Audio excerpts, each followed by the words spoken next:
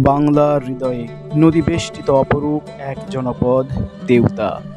মানিকগঞ্জ জেলার শিবালয় উপজেলায় অবস্থিত এই তেউতা গ্রামের বুকে দাঁড়িয়ে আছে ইতিহাসের এক নীরব সাক্ষী, তেউতা জমিদার বাড়ি। তুমি সুন্দর তাই চেয়ে থাকি প্রিয়, সে কি মোর অপরাধ? কবি কাজী নজরুল ইসলাম এই লাইনটি যেখানে বসে লিখেছিলেন, আমি এই মুহূর্তে সেখানে বসে আছি। প্রিয় দর্শক, এই মুহূর্তে আমি আছি মানিকগঞ্জের তেউতা জমিদার বাড়িতে। তো চলুন মানিকগঞ্জের তেউতা জমিদার বাড়ির রহস্য আজকে আমরা উন্মোচন করি। So let me. বহু শতাব্দীর পুরনো এই জমিদার বাড়িটি শুধু স্থাপত্যের নয়, বরং সাহিত্য ও সংস্কৃতির এক জীবন্ত নিদর্শন। এখানে জন্মেছিলেন বিখ্যাত সাহিত্যিক সঞ্জীবচন্দ্র চট্টোপাধ্যায়, যিনি ছিলেন বঙ্কিমচন্দ্র চট্টোপাধ্যায়ের বড় ভাই। আমার ঠিক পেছনে দেখতে পাচ্ছেন একটা মঠ। এটি হচ্ছে নবরত্ন মঠ। 1858 সালে 75 ফুট উচ্চতার এই মঠটি তৈরি করা হয়। এই মঠের প্রতিটা তালায় রয়েছে আবার 4টি করে মঠ। দোহার থেকে প্রায় 5.5 ঘন্টার নদীপথে জার্নি করে আমরা এই জমিদার বাড়িতে পৌঁছাই। পৌঁছানোর পর জমিদার বাড়ির এই অপরূপ রূপ দেখে সত্যি আমার মন ভরে যায়।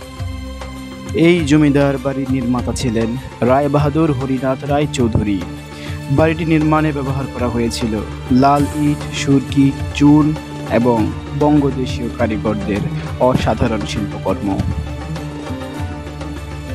তেউতা জমিদার বাড়ি ছিল এক সময় শিক্ষার আলো ও সামাজিক আন্দোলনের কেন্দ্রস্থল। নানা ধর্মীয় ও সাংস্কৃতিক অনুষ্ঠান এই বাড়ির আঙিনায় অনুষ্ঠিত হতো।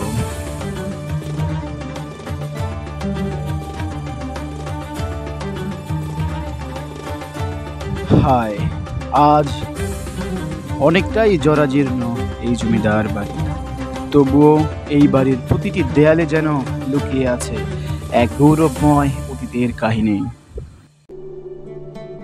প্রাসাদের পশ্চিম দিকে অবস্থিত লাল দিঘি, পুকুরে ফুটন্ত লাল শাপলা এর সৌন্দর্য আরো বাড়িয়ে দিয়েছে।